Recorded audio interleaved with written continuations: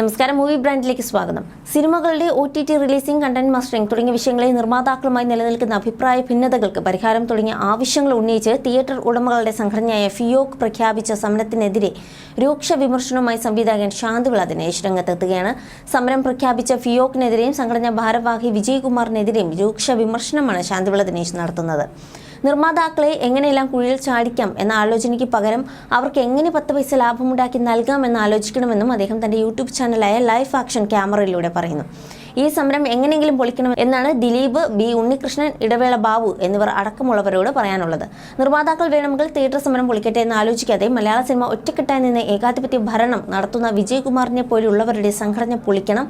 മലയാള cinema കളിക്കാതെ കേരളത്തിലെ ഒരു തിയേറ്ററിലും ഇതര ഭാഷാ സിനിമകളും കളിക്കേണ്ടതില്ലെന്ന് കേരളത്തിലെ പ്രേക്ഷകർക്ക് ഉണ്ടാകണമെന്നും സംവിധായകൻ പറയുകയാണ്. തിയേറ്റർ മുതലാളിമാരുടെ ചെയർമാനായ ദിലീപിന്റെ തങ്കമണി 7-ാം തീയതി റിലീസിനെത്തുന്നുണ്ട്. ഇതൊക്കെ വരുമ്പോൾ ഫിയോക്കിന്റെ കട്ടയും പടവും അടങ്ങും. സിനിമയില്ലാത്തവരാണ് സമരത്തിനെതിരെ രംഗത്തെത്തിയവർ എന്ന ആരോപണം അടിസ്ഥാനരഹിതമാണ്. സിനിമയില്ലാത്ത നിർമ്മാതാക്കൾ ആരാണെന്ന് വിജയകുമാർ വ്യക്തമാക്കണം. ഫിയോക്കിന്റെ ചെയർമാൻ ദിലീപാണ്. ഫിയോക് സമരം പ്രഖ്യാപിച്ചതോ മലയാള സിനിമകളിലേക്കില്ലെന്ന് പറഞ്ഞതോ ചെയർമാനായ ദിലീപ് അറിഞ്ഞിട്ടില്ല. അങ്ങനെയ്ക്ക് തീരുമാനിച്ചോ എന്നാണ് ദിലീപ് ചോദിക്കുന്നത്. ഒന്നുകിൽ ദിലീപ് ഫിയോക്കിന്റെ ചെയർമാൻ സ്ഥാനം രാജിവെക്കണം, അല്ലെങ്കിൽ ഈ ജനറൽ സെക്രട്ടറി എന്ന് പറയുന്ന ആളെ വിളിച്ചു വരുത്തി എന്നോടുകൂടി ആലോചിക്കാതെ എങ്ങനെ തനിച്ച് തീരുമാനമെടുത്തെന്ന് ചോദിക്കണമെന്നും ശാന്തിവിള ആവശ്യപ്പെടുകയാണ്. 23 ക്രിമിനൽ കേസുകളിലെ പ്രതിയാണ് നിർമ്മാതാവായ സിയാദ് കോക്കർ എന്നാണ് വിജയകുമാർ പറയുന്നത്. കേസ് വരുന്നവരൊക്കെ ഇങ്ങനെ പറയുകയാണെങ്കിൽ കേസ് ഇല്ലാത്തവർ ആരൊക്കെ ഉണ്ടാകും? ഫിയോക്കിന്റെ ചെയർമാൻ ദിലീപാണല്ലോ. എൻ്റെ ഒരു സുഹൃത്ത്, അല്ലെങ്കിൽ എൻ്റെ ഒരു അനിയനെ പോലെ ഞാൻ സ്നേഹിക്കുന്ന ഒരു വ്യക്തിയാണ് അദ്ദേഹം. പ്രമാദമായ ഒരു കേസിലെ 8-ാം പ്രതിയല്ലേ അദ്ദേഹം. സിയാദ് കോക്കറിനെ തെറിവിളിക്കുന്ന നിങ്ങൾ എന്തുകൊണ്ടാണ് ഇത്തരമൊരു കേസിൽപ്പെട്ട ആൾക്ക് ഫിയോക്കിന്റെ ചെയർമാൻ സ്ഥാനത്ത് ഇരിക്കാൻ കഴിയില്ലെന്ന് പറയാത്തത്? അങ്ങനെ പറഞ്ഞാൽ ഫിയോക്ക് അന്ന് തീരും. ദിലീപിന് ഒരു ന്യായം, സിയാദ് കോക്കറിന് മറ്റൊരു ന്യായം.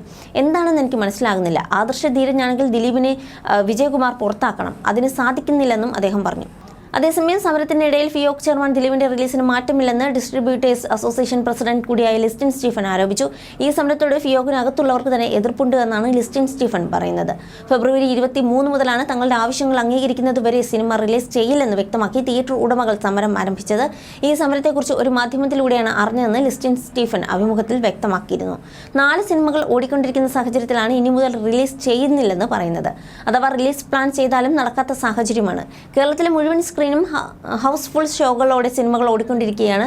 ഫിയോക്കിന്റെ ചെയർമാൻ ദിലീപാണ്. അദ്ദേഹമാണ് 7-ാം തീയതി അദ്ദേഹത്തിന്റെ ചിത്രത്തിന്റെ റിലീസ് വെച്ചിരിക്കുന്നത്. ഫിയോക് സിനിമ പ്രദർശിപ്പിക്കുന്നില്ലെന്നും പറയുന്നു. അതിൽ തന്നെ അവ്യക്തതയുണ്ട്. അക്കാര്യം അവർ പരിഹരിക്കുമെന്നാണ് കരുതുന്നത് എന്ന് ലിസ്റ്റിൻ സ്റ്റീഫൻ വ്യക്തമാക്കിയിരിക്കുകയാണ്.